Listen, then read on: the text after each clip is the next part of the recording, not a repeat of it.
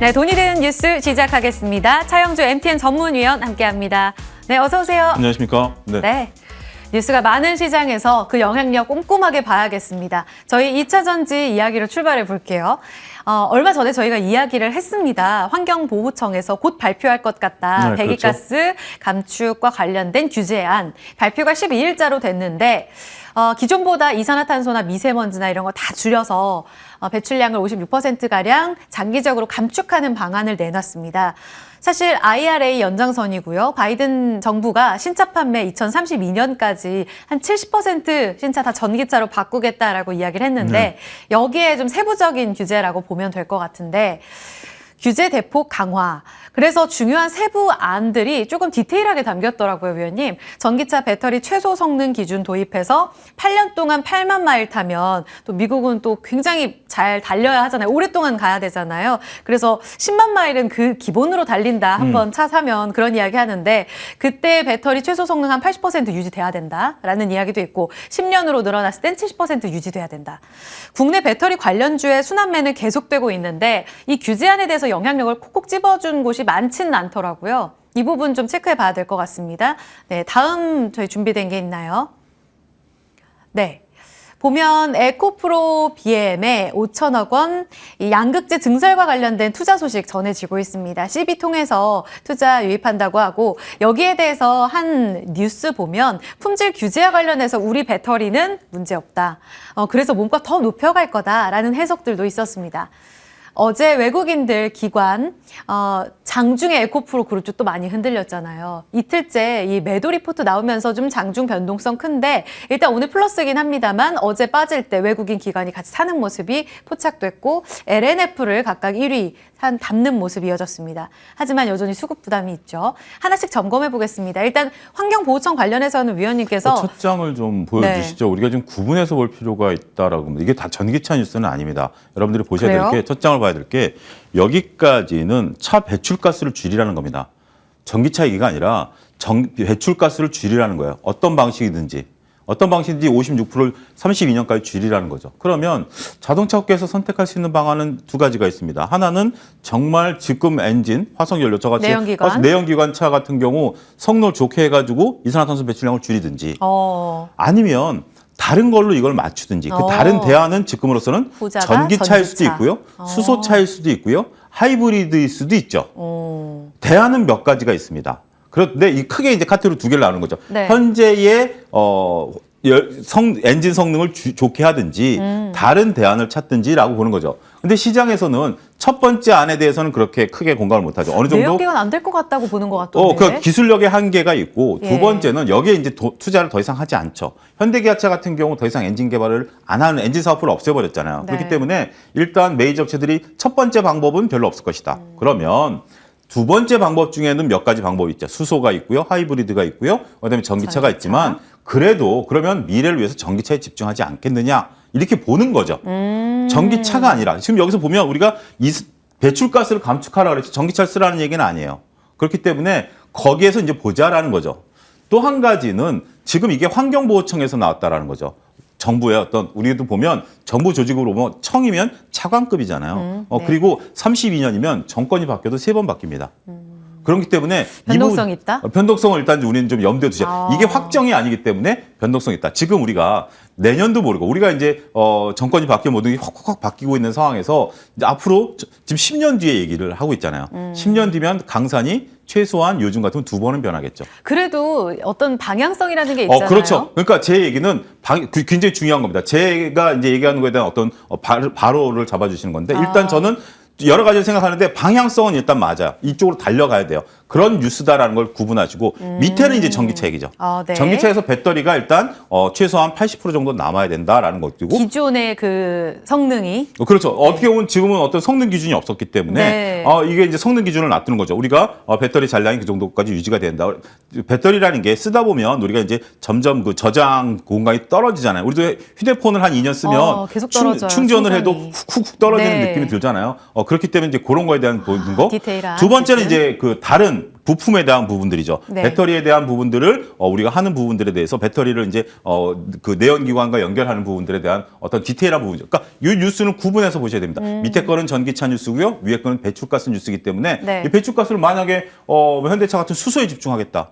그럼 수소차가 늘어날 수도 있죠. 물론 수소차와 전기차의 어떤 하이브리드도 연결될 수 있고 다양한 아이디어가 나올 수도 있다라는 측면에 있어서 여러분들 보시고 하지만 이렇게 우리가 이제 표준이 없는 시대에서 네. 이 신사업에 대해서 가장 중요한 건 표준 아니겠습니까? 네, 네. 미국 정부 주도로 이렇게 표준을 마련해 나간다는 측면에 있어서는 긴 호흡으로 보셔야 되는 건 맞아요. 중요한 건 긴 호흡이죠. 단기간에 우리가 이것을 수혜를 볼 수 있다. 미국 기업이라도 가만히 있겠습니까? 네. 앞으로 10년이라는 기간이 있기 때문에 충분히 미국 기업들도 일어날 수 있다라는 균형적인 감각을 갖자. 저는 부정적인 생각이 아니라 균형적인 감각을 잡을 게 필요하다라고 좀 말씀드릴 수가 있겠습니다. 그래서 사실 이 순환매 이야기 여쭤볼 거긴 한데 네. 그 전에 앞서서 이 내용 첫 번째는 네. 좀 전기차랑 구분해서 우리가 좀 보자라는 말씀하셔서 구체적으로 더 여쭤보고 싶은 게 네. 하나 있어요. 짧게. 2035년이면 EU 쪽에서도 내연기관차 다 퇴출시킨다고 하잖아요. 근데 여기에서 독일이 반발을 해서 합성연료 이 퓨엘 쓰면 우리도 여기에 기준 맞춘 걸로 해달라라는 이야기를 좀 뉴스를 통해 봤습니다. 그렇게 되면 전기차에는 또 다른 악재 중에 하나가 될 수도 있는 것인데 이런 측면도 혹시 좀 체크하고 계신가요? 악재라기보다는 지금 현재 이제 정부 주도의 이제 우리가 환경이라는 게 어떻게 보면 큰 화두잖아요. 네. 굳이 이걸 해야 될 당위성. 비용을 들여서 이거를 기업 입장에서 해야 될 필요가 있을까요? 그리고 우리도 보조금을 안 받으면 전기차를 사는 데 있어서 기존 차 대비 거의 2배 가까이 줘야 되는 상황이잖아요. 그렇죠, 비용. 네. 근데 보조금을 받는다라는 게 세금을 주는 거예요. 어떻게 보면 참 재밌죠? 예를 들어서 우리들은 세금을 다 내는데 제가 전기차 사면 오롯이 저만 세금 혜택을 받는 거예요. 이게 형평성 논란도 저는 있다라고 봐요. 그렇지만 우리가 그 형평성을 안 따지는 게 다 같이 지구 환경을 살리자라는 측면에 있어서 이런 걸 보는 측면이잖아요. 그렇기 때문에 이거는 계속해서 논쟁이 될 것 같아요. 네. 그래서 이게 악재다 호재다라기보다는 글로벌 방향은 이쪽으로 가지만 네. 어찌됐든 정부와 기업이 타협을 해야 되는 면이 있죠. IRA법이 처음에 세게 나왔다가 후퇴했던 것들이 기업이 적응할 시간을 달라라는 거고 어쨌든 기업은 여기에 막대한 돈을 쏟아부을 수밖에 없기 때문에 방향은 맞아요. 네. 방향은 맞는데 여기에 있어서 시간을 우리가 이제 엊그제 이제 한 증권사에서 나온 뭐 리포트에서 제가 한 문장만 떼오면 너무 10년 뒤에 밸류를 땡겨오기에는 리스크가 너무 그러니까 변동성이 너무 크다. 여기서 말하는 리스크는 우리가 세상이 변하는 리스크가 너무 크다라는 거죠. 최소한 5년 정도의 그 변동성을 땡겨오는 거는 가능하겠지만 10년 뒤에 일을 가지고 현재 지금 주식시장을 논한다? 이거는 우리가 좀 너무 조금 앞선 내용일 수도 있다. 이 점을 여러분들이 참고하셔야 되지 않을까 싶습니다. 그런 수급 논란에도 불구하고 어제 외국인들이 좀 빠지니까 담았단 말이에요. 네. 오늘 리스트는 또 잠정적으로 나오고 있는 거에 따르면 외국인이 팔고는 있어요. 하지만 꾸준히 대장주들을 좀 담는 모습 나오고 오늘 매수 리스트에서 보니까 원익 P&E 같은 충전주들은 또 담고 있는 모습도 있더라고요. 결국은 대장주가 이렇게 수급에서 빠질 때 개인이든 외국이든 들어와서 어느 정도 지켜만 준다면 순환매는 계속 기회가 있는 거 아닌가? 근데 저는 그런 논리를 보고 싶습니다. 일단 충전주에 대해서는 제가 MTN에서 이번 주 월요일부터 얘기를 했어요. 일단 뭐 랭킹5 시간에서 얘기를 했습니다만 양극재 응시가 팔리려면 충전이 원활해야 되죠. 인프라가 좋아야 되죠. 근데 지금 우리나라 인프라가 상당히 심각합니다. 제가 왜 얘기했냐면 주말에 어떤 제 SNS에 있는 패친이 전기차를 끌고 갑자기 이제 바람을 쐬고 싶어서 이제 나왔는데 보니까 잔량이 없어서 휴게소 5군데를 갔는데 충전기가 다 고장 났답니다. 견인을 2번 받았답니다. 배터리가 나가가지고. 그러니까 그만큼 지금 우리 충전 인프라가 잘 안 돼 있어요. 그러다 보니까 양극재 응시 팔리려면 전기차 팔리면 충전 인프라가 돼야죠. 고속도로 휴게소에 있는 그 충전소는 누가 관리하는지 모르겠습니다. 만약에 정말 5군데 갔는데 충전한테 견인을 2번 받았으면 전기차 사용이 가능하겠습니까? 너무 불안하겠는데요. 불안하죠. 그러니까 충전 인프라에 내가 관심을 갖자라고 월요일날 랭킹5에서 말씀드렸고 네. 이거는 여러분이 지속적으로 관심을 가지셔야 되는 분야라고 저는 봐요. 그다음에 두 번째는 우리가 이제 저는 이걸 순환매로 볼 게 아니라 지금 에코프로 기준으로 오늘 지금 마이너스인데 네. 고점 대비해서 25%가 빠졌습니다. 고점 대비해서 25%가 빠졌죠. 그러면 저는 이 매수자 우위 저는 이제 수급을 볼 때 여러 가지로 보지만 펀드멘탈보다는 지금 이제 이렇게 다 알려진 건 수급 논리로 봐야 된다고 보거든요. 지금 매도자 시장이다라고 봅니다. 왜냐하면 매도 우위? 얼마 전만 하더라도 매수자들, 그러니까 예. 그 이차전지 내에서만 얘기하겠습니다. 이차전지 갖고 계신 분들은 두 가지, 하나는 무조건 안 판다. 하나는 내가 여기서 저점에 밀리면 무조건 사서 수익을 냈다. 여태껏 그렇게 통행했죠. 두 가지가 다 지금 성공했습니다. 근데 지금은 매수해서 3일째, 오늘까지 4일째 저점 매수하신 분들이 물렸어요. 고점에서 물렸죠. 그저께 밀렸죠. 어제 물렸죠. 오늘도 아침에 플러스 났다 다시 보합이면 물린 거죠. 그럼 매수자들은 사라집니다. 그러면 매도자들 입장에서 보면 이탈자들이 생겨나는 거죠. 무조건 갖고 갈 거야. 역시 기다리면 돼. 야, 고점에서 내 원금이 고점인데 25%가 빠졌어. 그래? 그럼 난 여기서 그냥 이익 실현해도 2배, 3배 났으니까 괜찮아. 라는 이탈자들이 생겨나기 시작하는 거죠. 그러면 수급은 무너지는 겁니다. 여러분들, 2차전지 소재잔에 있는 차트를 한번 좀 띄워보시고, 여러분들이, 제가 항상 차트를 볼 때 하는 팁을 말씀드리면, 이름을 지우세요. 이게 에코프로인지, 에코프로 BM인지, 금양인지, 첨보인지 지우세요. 그리고 차트만 보세요. 이게 과연 올라갈 수 있는 차트인지, 아니면 이제 어느 정도 목전에 다다른 차트인지. 차트 공부하신 분들 입장에서 본다면 답은 의외로 쉬울 수 있습니다. 에코프로 주봉으로 보십시오. 교과서적인 차트가 나오고 있습니다. 저는 제 나름대로 보면 제가 주식시장에 있어서 제 나름대로 뭐 이게 모든 게 다 성공하지는 않았습니다만 이런 모습들을 보면 항상 때로는 냉정함을 가지실 필요도 있다. 지금은 펀드멘탈에 너무 집착하시면 안 됩니다. 왜냐하면 펀드멘탈은 차트에 다 녹아들어요. 이 펀드멘탈로 지금까지 주가가 올라온 거예요. 네. 그렇죠? 지금은 저는 수급으로 보셔야 되지 않을까 싶습니다. 펀더멘탈 측면이 아니라 지금 계속 과열 수급과 관련된 주의보가 나오고 있죠. 이런 측면에서 어떤 경고 시그널을 너무 우습게 봐서는 안 된다. 조금은 신중하게 보자라는 말씀을 해주셨습니다. 2차전지 내용 여기까지 살펴볼게요. 두 번째 넘어가겠습니다.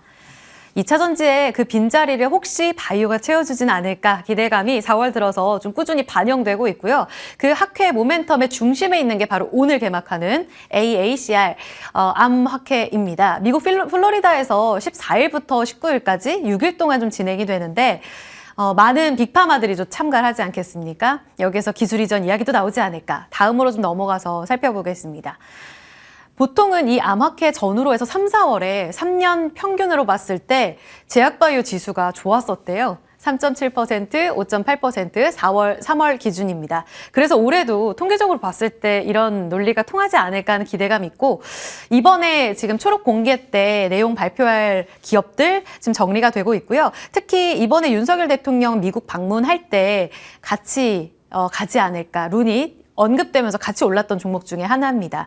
한미약품 오늘 마이너스 출발했다가 플러스 전환되고 그런 분위기 속에 제약바이오 상저하고를 기대하는 증권가의 목소리가 좀 높아지고 있습니다. 이번에 엔데믹으로 전환되면서 혹시라도 임상 관련해가지고 모집하게 되면 기존보다 환자 수도 더 잘 모일 거라고 하더라고요. 그래서 학회 모멘텀 앞으로도 살아있을 거다. 이런 목소리 전해집니다. 넘어가서 하나 더 볼게요. CJ 바이오사이언스 백신과 관련해서 임상 발표 있고 앞서 보신 대로 한미약품은 가장 많이 연구와 관련된 내용을 발표할 것으로 보입니다. 30여 개 기업이 다 참여하고요. 특히 이번 키워드가 아무래도 암학회이기 때문에 mRNA, 예전에는 코로나 백신에서 암과 관련된 플랫폼 확장과 관련된 기대감으로 간밤에 모더나도 크게 올랐더라고요.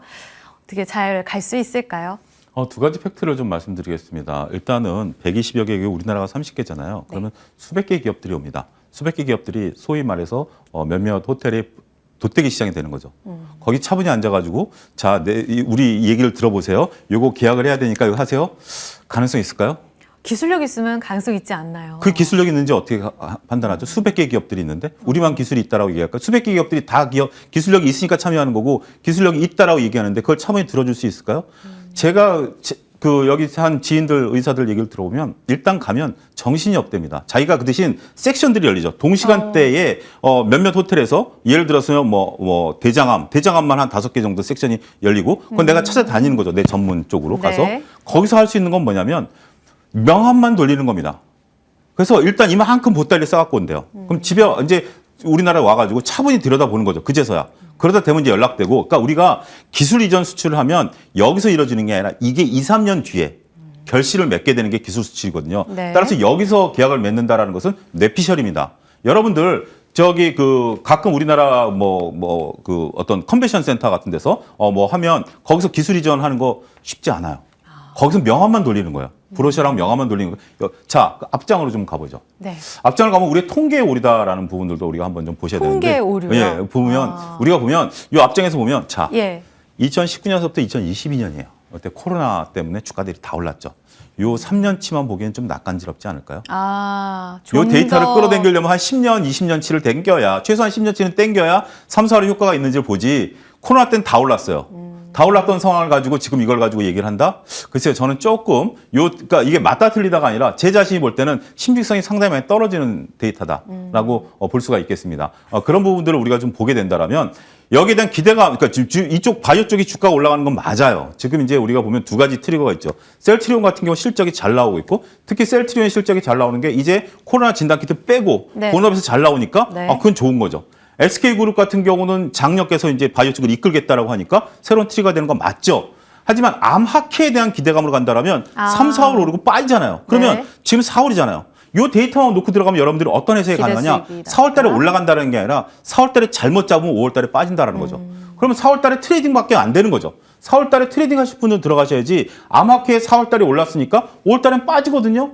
그건 어떻게 해석하죠? 이렇게 봐야 되기 때문에 이것만 가지고도 해석이 충분히 가능하고 데이터 기간이 너무 짧다. 네. 그리고 데이터 기간이 주식시장이 올랐었던 때의 데이터다. 그리고 학회에선 여러분들 너무 기대감을 가지실 필요가 없는 게 우리가 2020년, 21년에는 학회에 대한 기대감들이 많았지만 네. 작년, 재작년부터 학회에 대한 기대감이 떨어졌어요. 왜냐하면 현실을 아니까. 코로나 때문이 아니고요. 코로나 때문이 아니고요. 학회라는 게 가보면 갔다 왔던 의사분, 주위에 계신 의사분들 하다못해 동네 병원에 가셔가지고 그 학회에 대한 얘기를 여러분들 진료받을 때 뭐 물어보세요. 학회 가서 의사 학회라는 게 선생님. 어떤 거예요? 뭘 하시고 오세요? 그러면 대부분 학회를 가면 특히 이런 데는 이제 그렇지만 보통 조그만 스몰 학회 같은 데 가면 친목 도모하는 모임이 거의 주예요. 그런 거기 때문에 네, 우리가 기대를 너무 냉정한 하시죠. 현실을 좀 보자. 예. 전 그 정도 말씀드리겠습니다. 모집 수도 너무 부족하다. 그럼 이거는 차치하고 네. 지금 수급의 움직임도 궁금해요. 네. 금리 이제 정점 다다랐다고 하죠. 순환매 움직임 속에 1, 2년 소외받았죠. 이제 방어주의 역할도 해주지 않을까 하는 기대감도 있어서 오늘 보니까 2차 전지 팔고 외국인들이 잠정적이지만 또 바이오를 담고 있더라고요. 이런 수급의 움직임을 읽어봤을 때 밑에서 기회 있는 쪽으로 이동하지 않을까요? 저는 하나의 또 그 수급의 논리는 인정을 합니다. 우리가 한 달 전서부터 얘기했잖아요. 포스트 2차 전지는 무엇일까? 포스트 2차 전지는 무엇일까에 그렇죠. 대해서 찾았죠, 계속 계속. 찾았죠. 그중에서 1순위로 떠올랐던 게 제약바이오였습니다. 아. 1순위로 떠올랐던 게 제약바이오이기 때문에 지금 이렇게 딱 그런 것들을 기억하고 계신 분들 입장에서 보면 제약바이오가 지금 딱 불이 붙으니까 맞아. 그때 대장주였잖아. 그게 그 포스트 2차 전지였었다야지 이런 수급들이 들어오는 거죠. 지금 들어오는 수급은 두 가지입니다. 하나는 제약바이오 쪽에 셀트리온이 일단 강한 실적 모멘텀을 오고 네. 의료기기 쪽. 삼천당 제약 거침없죠. 오늘 휴비치도 거침없죠. 네. 의료기기 쪽에 대해서 찍히는 실적에 대해서 거침없이 들어옵니다. 이거 실적 여러분들 삼천당 제약 같은 경우 벌써 2배 올랐어요. 제가 작년 12월에 MTN에서 그때 이제 황광수 필요제 갖고 얘기한 뒤로 벌써 2차 전지 말고도 맞아요. 의료기기가 2배가 계속 올랐어요. 강조해 주셨었어요. 예, 그런 것들을 보시면 결국 실적 베이스로 이게 움직일 수밖에 없다라는 거. 이런 것들이 보면 실적이 찍히는 게 어디죠? 의료기기죠. 기기. 그런 것들에 대해서 여러분들이 관심을 가지고, 그러니까 저는 이렇게 보실 필요가 있다라고 봐요. 이차전지 쪽에 대해서 갖고 계신 분들은 그 논의를 치고 만약에 없다라면 맨날 이차전지를 보면서 아쉽다라고 하지 마시고 그냥 그건 인정해 두세요. 내 몫이 아니에요. 내 몫이 아니고 내 몫인 쪽에서 한번 보게 되면 이차전지, 엔터, 그다음에 그 반도체, 자동차 전부 다 괜찮습니다. 네. 그런 것들 여러분들이 그래야만 내 수익을 챙길 수 있지 남의 것만 바라보고 있다면 내 수익 기회 또 놓치는 거죠.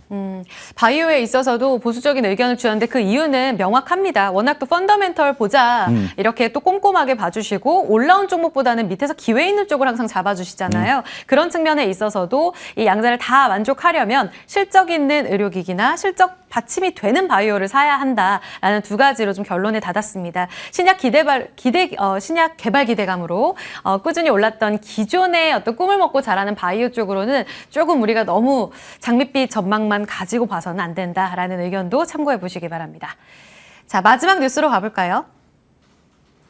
제가 너무 좋아하는 섹터인데 어제도 저희 지민 이야기하면서 예. 엔터 이야기를 네. 다뤘습니다. 위원님 의견 너무 궁금해요. 조금 전에 엔터 잠깐 언급을 해주셨는데 그 하이브랑 JYP 엔터테인먼트랑 이제 미국의 유니버셜 뮤직이랑 손잡고 미국 걸그룹 내놓는다고 그러니까 하더라고요. 이런 거 하면 저는 이거 예. 이거 뉴스 보고 깜짝 네. 놀랐어요. 이거다 이거 대박 싶었어요? 날 수도 있겠다. 대박 날 수도 있겠다. 우리가 이제 이 정말 그 과거에는 어떤 이렇게 회사가 사람들을 발굴했다라면 지금은 어떻게 보면 국민들이나 이렇게 대중적으로 소비자들. 해가지고 우리가 우리나라에서도 이제 수많은 서바이벌 이제 했었죠. 서바이벌 게임을 해서 가수분들 정말 뭐 몇몇 뭐 이명웅 씨라든지 이런 스타들이 태어난 거 아니겠습니까? 그렇죠. 뭐 이런 것들이 태어나듯이 이게 글로벌리 이거 되면 더군다나 이것만 끝나는 게 아니라 네. 여기에 후원자들이 이제 뭐 뒤에 JYP니 뭐 하이브니 SM이 붙게 되면 빅기획사들이. 그렇게 되면 이제 뒤에 있는 다른 데까지 관심을 갖게 되는 거잖아요. 이 관심이 넓어진다는 측면에 있어서는 새로운 모멘텀을 찾아갈 수 있고 우리가 정말 이 시장이라는 게 참 전 투자자들이 현명해졌다고 생각하는 게 네. 우리가 올 초에만 하더라도 올 이제 요거 빼고라도 우리가 이제 엔터주들에 대한 올해 이제 신인에 대한 기대감, 그다음에 콘서트에 대한 기대감이 있었는데 잠깐 혼동이 있었죠. 일단 지분 경제 때문에 네. 거기에 잠깐 잊었지만 다시 냉정함을 그러니까 아까 얘기한 것처럼 2020 쪽에 다들 관심 있는 것 같지만 나름대로 냉정함을 대처하신 분들은 아 그래 우리가 맞아 지금 콘서트 열 거고 되잖아 그럼 이 엔터를 사야지라고 하시는 정말 현명하신 분들이 많은 거죠. 그래서 이쪽들이 올라가는 거고 여기에 또 이거는 정말 긍정적 뉴스가 붙은 거기 때문에 성장 스토리까지. 정말 저는 투자자분들께서 요즘 보시면 네. 과거처럼 그냥 누구 하나 누가 강력하게 딱 뭘 사면 거기 따라가는 게 아니라 야 이런 것도 좋아 펀드멘탈이 이런 거 좋아 이렇게 찾아가시는 현명한 투자자분들이 늘어나고 있다라는 측면에서 보면 네. 우리나라 시장도 선진국화되고 있고 건강해지고 있다. 저는 그 하나의 바로미터로 엔터주들이 있다 이렇게 말씀드리고 싶습니다. 자본주의가 제대로 작동하고 있다. 그렇죠. 예. 알겠습니다. 옆으로 다음 넘어가서 봤을 때 미국에서 새로운 걸그룹이 탄생하면 우리 엔터 4사에 대한 전체 밸류까지도 재평가 가능하다는 그렇죠. 이야기 나오는데요. 기관, 외국인 같이 사들이면서 하이브, JYP, YG까지 하이브는 거의 2월 말부터 외국인이 꾸준히 8일째 사더라고요. 지금 올라가고 있잖아요. 와 대단합니다. 거의 한 달 동안 네. 30% 넘게 올라가고 지금 올해 대형 아티스트 GD도 있고요. 뭐 신인도 있지만 컴백하는 내용들도 지금 자리하고 있습니다. 말씀해 주신 대로 공연이나 음반과 관련된 기대감이 높아서 실적 좋다고 하죠. 앞서 본 대로 미국 걸그룹까지 탄생하면 성장 스토리 있죠. 근데 전 궁금한 게 너무 많이 올라오지 않았어요? 이거 항상 주의하자고 하시는데 그거에 고밸류. 대해서는 뭐 우리가 이제 밸류 논란은 좀 따로 봐야 되겠죠. 네네. 하지만 지금 어떻게 보면 보는 시각에 따라 다를 수 있죠. 근데 저는 기대감, 그러니까 지금 상태에서 보면 똑같은 숫자라 하더라도 이 성장에 대한 것들이 목말라 있는 시대이기 때문에 네. 올해 저는 하나의 화두로서 본다라면 성장이 도드라지게 된다라면 오버밸류가 충분히 나타날 수 있다. 그게 2000년에서 한번 나타났고 그다음에 이 엔터 쪽들도 그럴 수 있고 그러니까 왜냐하면 다들 성장하면 네. 살 게 많잖아요. 근데 다들 성장을 못하고 있는데 지금 우리나라 경제 성장률을 돋보여요? 1.5%까지 IMF에서 떨어뜨렸잖아요. 1.5% 성장한다면 지금 이 방송 보시는 대부분들이 태어나서 처음 겪는 거예요. 1964년 이후에 우리나라가 2% 이하로 성장한 건 처음이에요. 와. 그렇기 때문에 이러한 저성장 시대에 성장한다라면 거기에 오버밸류가 충분히 나타날 수도 있죠. 그 부분을 여러분들이 감안하세요. 그러니까 우리가 밸류가 높다라는 것은 평상시에 다들 올라갈 때 밸류가 좀 높은 것에 대해서는 우리가 이제 네. 두더지 잡기처럼 맞을 수가 있지만 예. 다 성장 못할 때 조금 더 성장하면 오버밸류는 있을 수 돋보이죠. 있다. 그런 것들이 어떻게 보면 시장을 정확히 볼 수 있는 하나의 바로미터가 아니겠나 싶습니다. 어디서 팔아야 돼요? 이런 종목들은? 그거는 뭐 추가적으로 모르겠습니다. 전략 다 주실 거예요? 아니요, 이거는 뭐 여러분들이 뭐 차트라든지 수급이라든지 전반적인 게 다 보셔야 되겠죠. 네, 저 위원님 하나 더 궁금한데요. 보니까 애플이 네. 일본에서는 이 전자책 서비스를 하더라고요. 우리나라에서는 아직 안 하고 있지만 애플 패드라든지 아이패드에서 다 볼 수가 있대요. 그런 측면에서 우리 한국 웹툰 제작사랑 손을 잡고 애플이 일본에서 웹툰 서비스 지금 시작한다라는 내용이 오늘 전해지고 있습니다. 비상장사인데 캐나즈랑 손을 잡는데요. 혹시 웹툰 좀 자주 보세요? 저는 뭐 웹툰 그다음에 이제 지금 얘기하는 웹소설? 이 걸그룹들 한 번도 들어본 적 없고요.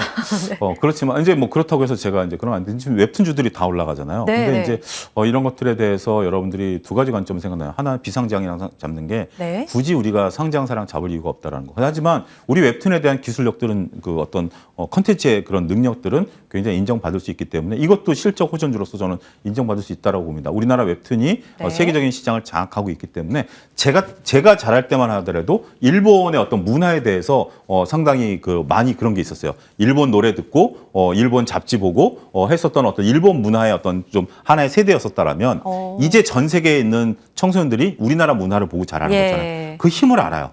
그 힘을 알기 때문에 이 부분에 대해서는 긍정적이다 말씀드릴 수 있겠습니다. 알겠습니다. 웹툰에 대해서까지 의견 함께 들어봤습니다. 세 가지 뉴스 함께 정리해드릴게요. 차영주 MTN 전문위원과 함께했습니다. 말씀 고맙습니다. 감사합니다.